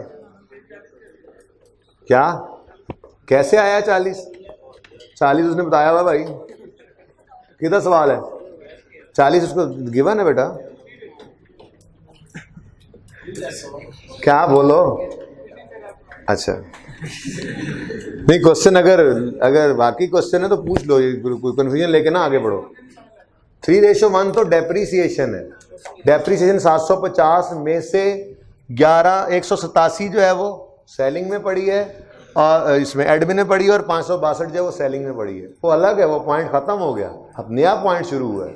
डिस्ट्रीब्यूशन में तो बहुत कुछ पड़ा है, डिस्ट्रीब्यूशन में तो सेल मैनेजर की सैलरी भी पड़ी है, डिस्ट्रीब्यूशन में तो आपके जो है वो सेल स्टाफ का कमीशन भी पड़ा हुआ है, और डिस्ट्रीब्यूशन में डेप्रीसिएशन भी पड़ी है, डिस्ट्रीब्यूशन में उसने लॉस भी डाल दिया, अभी डिस्ट्रीब्यूशन में और भी कुछ आ रहा है, इम्पेयरमेंट भी आ रही है, ठीक है। तो बहुत कुछ होता है, एक्सपेंसेस की एक पूरी लिस्ट होती है, उसको एक बंच बनाकर यहाँ पे फेस पे शो किया जाता है, बड़े होकर आप ये देखेंगे। इनकम स्टेटमेंट के फेस पर मैंने बताया था आपको जब फॉर्मेट डिस्कस किया था कि cost of sale, selling, admin, other, finance, ये 5 के अलावा छठी चीज की इजाजत नहीं देता स्टैंडर्ड एक्सपेंसेस में। सेल, अदर इनकम, इन 2 के अलावा इजाजत नहीं देता, पीबीटी, ये पैट तक। उसके बाद ओसीआई तो है ही, उसको देख लिया था, ठीक है। तो प्रॉफिट एंड लॉस अकाउंट के अंदर एक्सपेंसेस के लिए 5 ही हेड्स हैं, छठे की इजाजत नहीं है, छठे की इजाजत ही नहीं है, जो कुछ है उधर ही करो, ओके। अच्छा okay, distribution cost includes 40 million in respect of loss on disposal, लिख दिया जाकर। अब आगे कहता है the WDV at the time of disposal was 152। कई बार ये एडजस्टमेंट हम कर चुके, ये एडजस्टमेंट भी की थी और इस एडजस्टमेंट की बात भी की थी हमने पिछले सवाल के अंदर भी, वसीम इंडस्ट्रीज वाले में। उसमें तो उसने सब कुछ ही दे दिया था, कैश भी, बैलेंसिंग। मैंने कहा था अगर ये कर लेता तो बेहतर होता, तो आई के अपने एक दफ़ा क्वेश्चन बैंक में वो पूरी डिटेल दे दी और पर्चे में एक चीज़ मिस कर दी, देख लें आप। तो बैलेंसिंग क्या आ गया, 112 का कैश, लेजर 15 में देखो 152 की एंट्री पूरी करना, डिस्पोजल पीपीई में से क्रेडिट हो गया 152, डिस्पोजल को डेबिट कर दिया, टिक कर लिया आपने, चले। उसके बाद कैश बैलेंसिंग आ गया 112, इन्वेस्टिंग एक्टिविटीज में जाकर इसे टिक कर लो, cash receive from sale of equipment working 15, done. Next आगे कहता है distribution cost include impairment lost on vehicles amounting to 24। ये तो गलत नहीं है, गलत नहीं है। IS 36 याद है, IS 36 में जब पहले ही दिन इम्पेयरमेंट लॉस आया था, एक ऐसे ही फजूल सी एग्जांपल से, ठीक है, उस इम्पेयरमेंट वो मज पे आया था ना, वो इम्पेयरमेंट लॉस भैंस पे, इम्पेयरमेंट लॉस की एंट्री मैंने कही थी कर लो, इम्पेयरमेंट लॉस डेबिट, एक्सपेंस भी लिख दिया था साथ पहले दिन, तो ये भी एक्सपेंस है, और एक्यूमुलेटेड इम्पेयरमेंट लॉस क्रेडिट। और मैंने आपको ये कहा था लाइक डेप्रीसिएशन है, क्या मतलब, डेप्शन की एंट्री तो ये होती है, depreciation debit, accumulated depreciation credit, या डेप्शन डेबिट एसेट क्रेडिट, ऐसे ही impairment loss debit, accumulated impairment loss credit करने की बजाय एसेट क्रेडिट कर दो, ठीक है। तो इस क्या नाम है इसका, कितने गया, इस 184 को, सॉरी इस 24 को पकड़ो, इस पे गोल दायरा लगाओ और उसके ऊपर ये एंट्री लिख लो अपने पास। 24 है ना, impairment loss debit, accumulated impairment loss credit, बिल्कुल डेप्रिसिएशन की तरह से ट्रीटमेंट होने लगा। देखना जरा, 1 मिनट देख लो, फिर नोट कर लेना, देख लो एक दफा। 24 एसेट में क्रेडिट लाइक डेप्रिसिएशन, लेजर में जाके 24 क्रेडिट नजर आ रहा है, टिक करो, ठीक है। अब डेप्रिसिएशन एक्सपेंसेस में शामिल थी, खरोच के बाहर निकाला, ये इंपेयरमेंट लॉस भी एक्सपेंसेस में। भाई इंपेयरमेंट लॉस की entry, impairment loss debit cash credit होता है?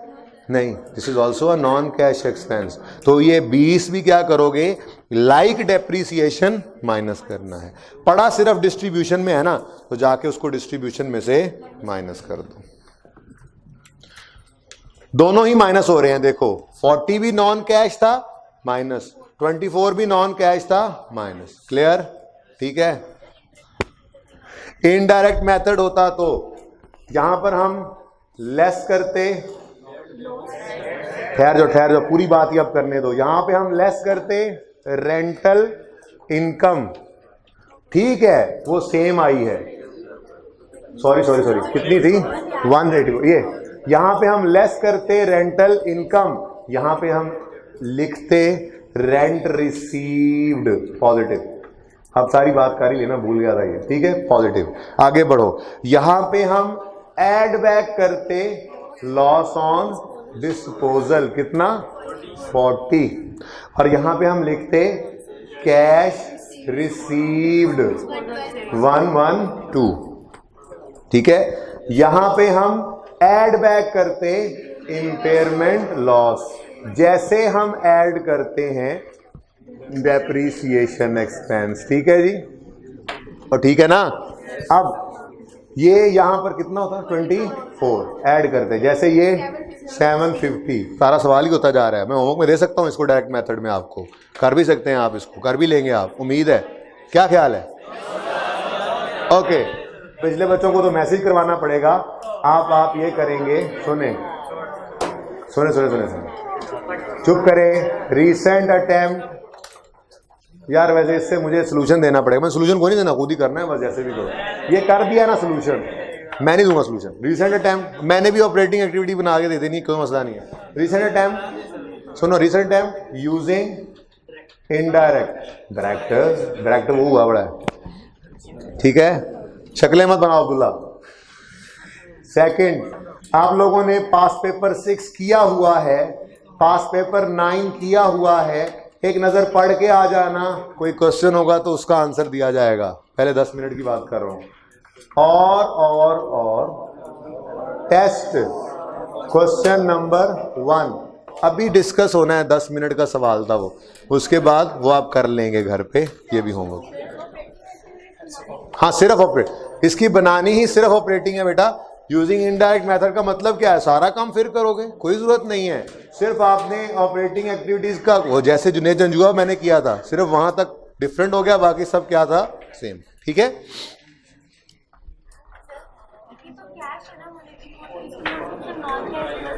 बेटा मसला ये है कि हमारे सवाल में यही इनकम है और यही कैश है।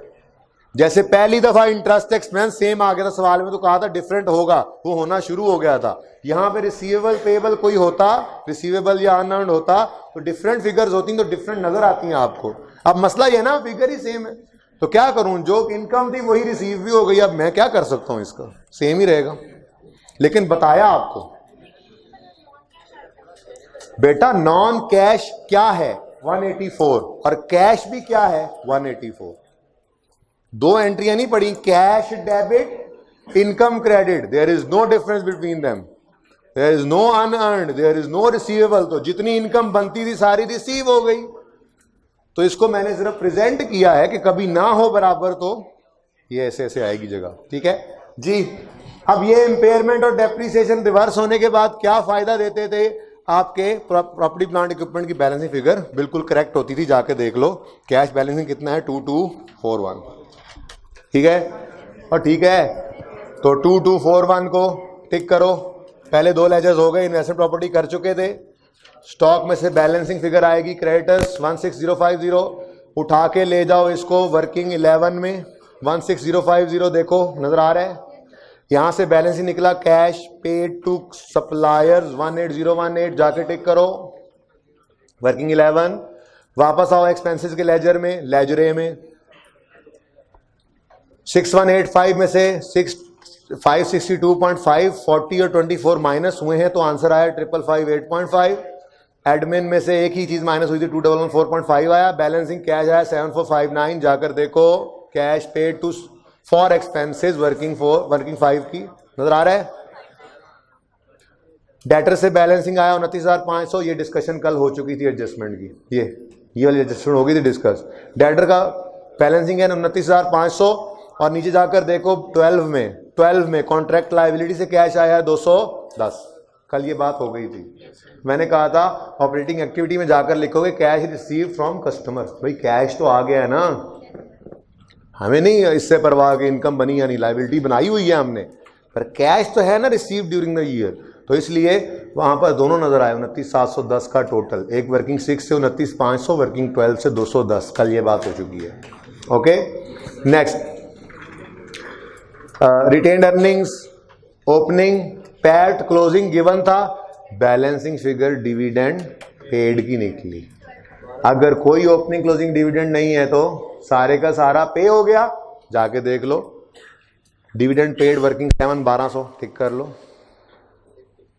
Share capital share premium balancing figure 1200 और 360, फाइनेंसिंग एक्टिविटी में जाके देखो 1200 जमा 360, cash receive from shares issued tick करो, बस बैलेंसिंग चल रही है। लॉन्ग टर्म लोन हो चुका, क्रेडिटर्स हो चुका, कॉन्ट्रैक्ट लायबिलिटी हो चुका, इंटरेस्ट पेएबल हो चुका है या होना है, ये भी हो चुका है। बस 1185 को लिखना ना भूल जाओ, इंटरेस्ट पेड में भी लिखना था, वहां पे तो आपने सिर्फ एडजस्टमेंट की थी ना ताकि 799 निकल सके, इंटरेस्ट पेड ने अपनी जगह पे माइनस भी होना है। ठीक है क्लियर, क्या बात कर रहे हो तुम, फजूल में क्यों बातें कर रहे हो।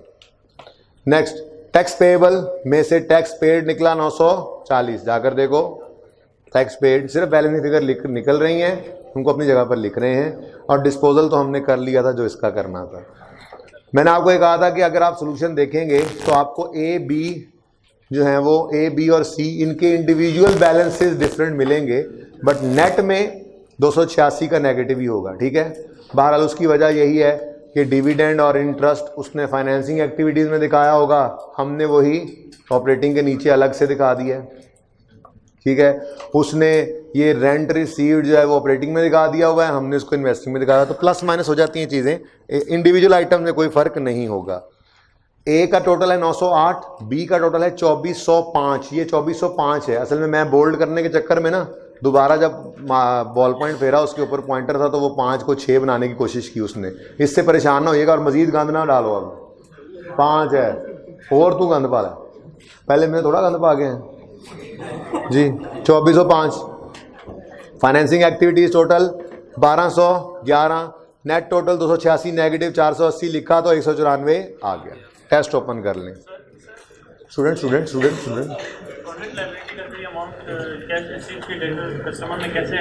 कैसे ऐड हुआ, जाकर ऐसे लिखा हमने ऐड हो गया। क्या मतलब प्रोसीजर पुत्र, किसी से पैसे आ जाएं चीजें ना दो, क्या एंट्री करते हो? एंट्री बोल, कैश डेबिट एडवांस क्रेडिट, तो कैश डेबिट हुआ है, कैश लो बना रहे हैं। डेटर से कैश आता है, क्या एंट्री करते हो? Cash debit debtor credit. क्या इन्वेस्टिंग क्यों? हमने कहीं इन्वेस्टमेंट की है? कोई पैसे देगा सानू चीज़ां देनियां, इन्वेस्टिंग है ये हमारी ऑपरेशंस का पार्ट होता है भाई नॉर्मली। और भाई बातें ना करो, हमने चीज़ें बेचनी होती हैं, कभी कभी एडवांस पैसे लेकर बाद में बेच देते हैं, चीज़ें ही बेचनी है इस एडवांस के अगेंस्ट कॉन्ट्रैक्ट लायबिलिटी।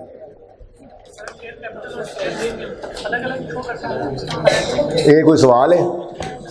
जवाब है मेरे लोगों देते, अलग शो करो इकट्ठा करो, ठीक है, वैसे बेहतर इकट्ठा ही है क्योंकि कैश डेबिट एंट्री लिखवाई है। कोशिश है कि मैं होमवर्क तो सवाल नहीं, फैसला सवाल ना डिस्कस करूं।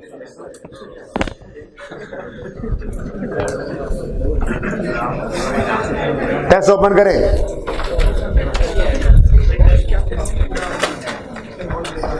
टेस्ट जितनी आसान चीज कोई थी नहीं, आज के टेस्ट से आसान कोई चीज ही नहीं थी। डोंट हंस, ओके, जस्ट फील शर्म, चुप करें।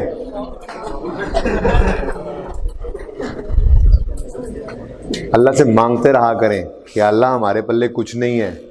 इतना कुछ पढ़ने के बाद ना दिल में एक बड़ाई पैदा होती है कि नहीं हमें तो सब आता है। देखो सारे सवाल किए, ऐसा सवाल आए तो क्या आता है, क्या आता है, ठीक है। तो अल्लाह से डरते रहना है। अल्लाह को ये, अल्लाह से मांगते हैं अल्लाह हम कुछ नहीं है, हमारा कुछ नहीं है, तू सब कुछ है, तेरा ही सब कुछ है, तू नहीं करना है, हमसे कुछ नहीं होना है। ओवर कॉन्फिडेंट नहीं होना, ठीक है। ऐसा सवाल मैं रखता होता हूँ ऐसे टॉपिक पे जिसमें आपका कॉन्फिडेंस ज़्यादा हो जाए, तो ठीक है, होना चाहिए बरकत के लिए। हाँ कुछ भी नहीं, सुने। ओह, test question 1, prepare operating activity section of cash flow. सबसे पहले तो ये बताओ कि कितने बच्चे ऐसे हैं जिन्होंने ऑपरेटिंग, इन्वेस्टिंग, फाइनेंसिंग सारा फॉर्मेट बनाया, हाथ खड़ा करें। माने ऐसे होंगे, कम बच्चे हाथ खड़ा कर रहे हैं। और भी बताएं, पूरा कैश फ्लो का सवाल ये है कितने बच्चों ने operating, investing, financing, cash and cash equivalent तक सारा फॉर्मेट टोटल बनाया, हाथ खड़ा करें। माशाल्लाह 10-12 बच्चे। और रिक्वायरमेंट पढ़ लिया करो, मेरे हाथ देख लो बंदे हुए। अजीब मेहनत काश किसान मिले हैं मुझे। और रिक्वायरमेंट तो पढ़ लो, सवाल 2 दफा पढ़ने से पहले शुरू ना किया करो। सुनो, अब टाइम कम है मेरे पास, सुनो। Prepare operating activity section of the statement of cash flow, सिर्फ ये बनाना बस। ये चुप करो, चुप।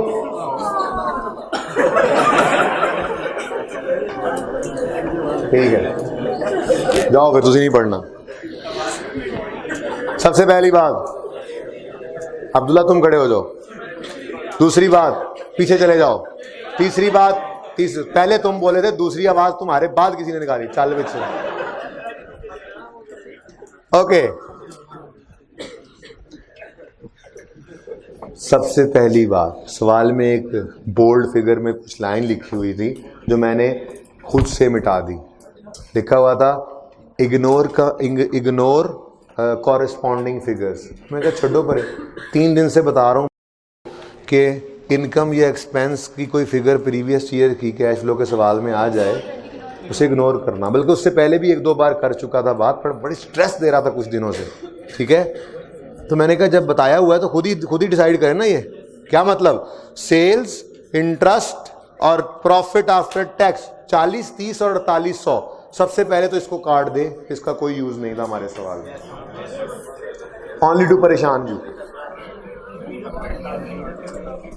you got परेशान because of these 3 figures? Okay. The next problem is, तो खलो जा भाई, रोला बात से पा लेना।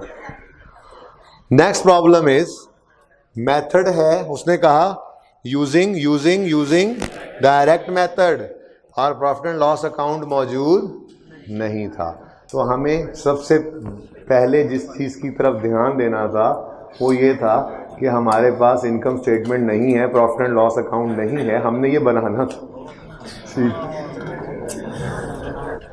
जी। देखें, sales less cost of sales, GP पे आ जाते हैं हम। GP add other income less operating ही कह लें, सेलिंग एंड एडमिन जो होते हैं, ऑपरेटिंग एक्सपेंसेस और पीबीटी। बल्कि यहाँ पे तो मैं ये कहना चाहूँगा, उसने इंटरेस्ट तो दिया हुआ था, पीबीआईटी। ये क्यों लिखा आपने, ये पहले नहीं लिखना था, ठीक है। आपने पहले ये लिखने की बजाय आपने तो असल में ये बात लिखनी थी, PBT less tax expense PAT. आप मौजूद थे यहाँ पर, इत्तलान अर्ज है, आप यहाँ पर मौजूद थे। तो अब सीट बेल्ट बांध लें। अब हम डिस्कस करने लगे हैं क्वेश्चन को, ये डिस्कस होके खत्म भी होने लगा है। देखें अब्दुल्ला, आप नजर आ रहा है कुछ? ओके, देखें, पैट वॉज गिवन कितना, 7800। Now the most important adjustment या बुलेट इन दिस पूरा सवाल was bullet 2, tax rate applicable to the company was means this is 35% and this would be 65% and this would be 100%. ठीक है, यहां तक पहुंच गए होंगे कुछ बच्चे। ऊपर जाके फिर समझ नहीं आ रही की करिए, क्रेडिटर वखरे नहीं लब रहे, एक्सपेंसेस वखरे नहीं लब रहे। तो ये सवाल इसलिए था कि जो मुमकिन हो पर्चे में करके आना है, बाकी तो सबको सिखा दिया था, ये बात नहीं सिखाई थी बस। ठीक है, देखें 7800 बटा 65 100 कितना बन गया? 12,000। लो जी, 12,000 अगर पीबीटी है तो टैक्स कितना बना? 4200। अब ये मैंने इसलिए एक और बीच में स्टॉप डाला, profit before interest and tax, मुझे इसलिए लिखना पड़ा क्योंकि उसने ना मुझे इंटरेस्ट की फिगर दे दी थी, तो अच्छी बात है। Profit before interest and tax में से इंटरेस्ट एक्सपेंस माइनस कर लेते हैं, वो गिवन था ना असल में। ना गिवन होता तो इंटरेस्ट ही ना होता, वो उसका लेजर भी ना होता और कुछ भी ना होता। ठीक है, जमीन होती ना आसमां होता। लेकिन अब क्या करें, अब एक्सपेंस था तो 27 माइनस एंड चल रहे हैं असी भाई। ठीक है, इधर को जा रहे हैं और जाते जाते फिर इधर को मुड़ पड़ेंगे। बहरहाल यहां पे बताएं पीबीआईटी 11,000। आगे निकाल लो ना पुत्र कैलकुलेटर का, क्या सदमे से निकालो कैलकुलेटर आओ। ऐड बैक करना है, लेस करी जा रहे। 11,000 सदमे से ही निकल रहे, आप पीछे है करना जी, क्यों नहीं साढ़े ज़हन से आया। 100 सवाल करवा दो ना, कहते हो 101वां उस जैसा करके दिखाओ तो हम करेंगे। दिमाग इस्तेमाल हो जाए ये हम होने नहीं देंगे। कम हो गया तो आपको क्या सर, हमारा दिमाग इस्तेमाल होना है, कम हो गया तो बेटा ऐसे ना किया करो, इस्तेमाल किया करो, इसको बढ़ेगा इससे। अब देखो, नहीं पता नहीं पता नहीं पता, ठीक है। मैं अगर वैसे ही अगर थोड़ा सा इसको रीअरेंज कर लूं, अगर मैं इसको ऐसे कर लूं, लेस ऑपरेटिंग एक्सपेंसेस और ऐड अदर इनकम, जरा एक्सपेंस को वखरा वखरा रख दूं, अदर इनकम इधर देखें। बस मैंने क्या किया, मैंने कहा sale less cost of sale GP less operating expenses add other income, and में भी तो किया करते थे ना, वैसे समझो ऐसे कर लिया। नहीं पता हमें किसी चीज का भी, किसी चीज का पता है यहां पे, इससे ऊपर किसी चीज का पता है? हाँ सेल का जो पता है, सेल का तो पता है कितना, 60,000। इसका कोई नहीं वखरा वखरा पता, कोई गल नहीं, ये पता लग जाना था। कहां से?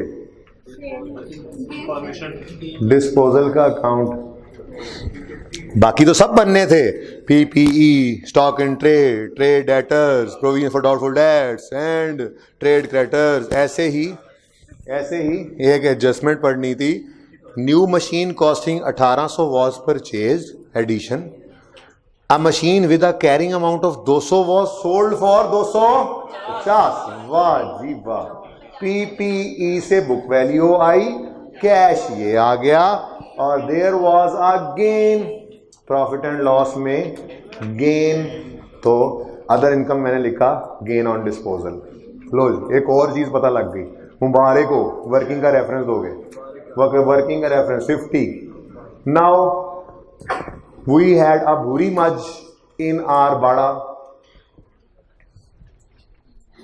मतलब अब हमारी मजबूरी हो चुकी है, अब हम इससे आगे अलग अलग इनको नहीं कर सकते थे, तो कोई गल नहीं, इधर हमने लिख लेना था, इधर देखो, इधर हमने लिख लेना था, इन दोनों की जगह पे हमने लिख लेना था cost of sale and selling and admin लिख लो, या cost of sale and operating लिख लो, और एक बैलेंसिंग फिगर निकाल के बताओ जरा जल्दी से। रिवर्स चलना है, ये 1227 में ये लेस करना दोनों, और बैलेंसिंग फिगर बताओ, ऐड हो रहे हैं ना, लेस करना, 12,027। सोल्यूशन मौजूद है, फोटोकॉपी से लेके जाना आज, वैसे आप घर पे कर लोगे खुद जी।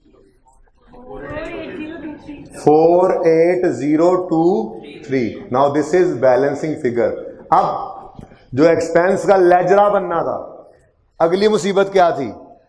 अगली मुसीबत ये थी कि इसमें क्रेडिटर भी, कॉस्ट ऑफ सेल भी, इन्वेंट्री भी, सब कुछ ही जा रहा है। एक ये तो फिर लेजरा बनना था। क्या मतलब? आपने भी लिखना था inventory, creditor and expenses ledger. क्या कर सकते थे, क्या कर सकते थे? अब देखो इधर, तो देखो सवाल को पढ़ो, सुनो सुनो सुनो सुनो, सवाल को पढ़ो। ट्रेड क्रेडिटर्स आ रहे हैं, बोलो।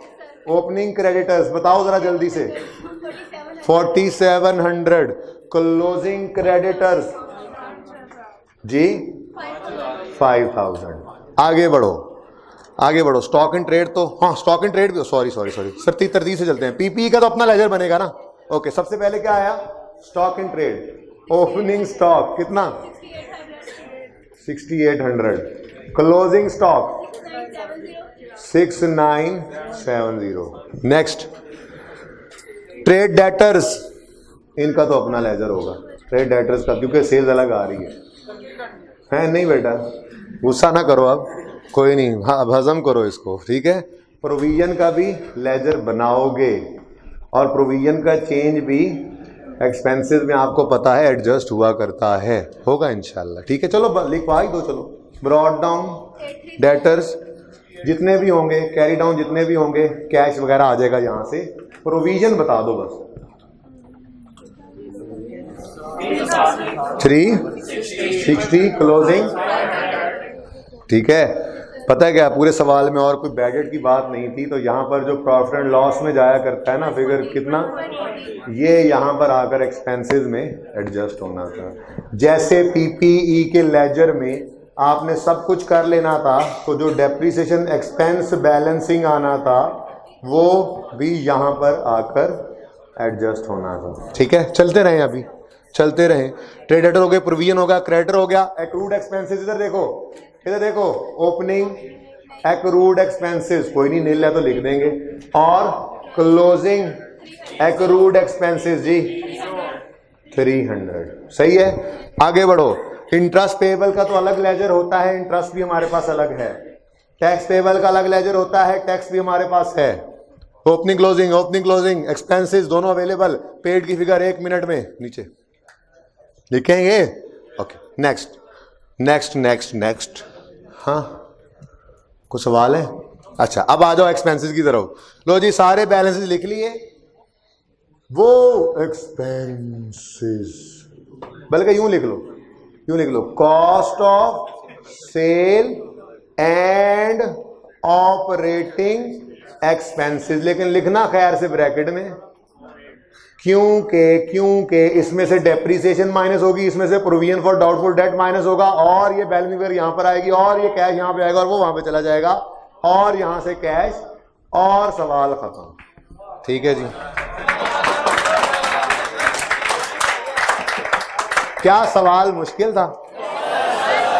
अच्छा, अब सुनो, सबक क्या हासिल किया? सुनो, प्लीज, बहुत अहम बात कर रहा हूं अभी। सारी बात का कंक्लूजन पर्चे में देखा आपने? नहीं, क्या करें, कहीं से 2-4 मिनट सोचा, 5 मिनट सोचा, 15 नंबर का सवाल होना 10 मिनट में था, अगर समझ आ जाए।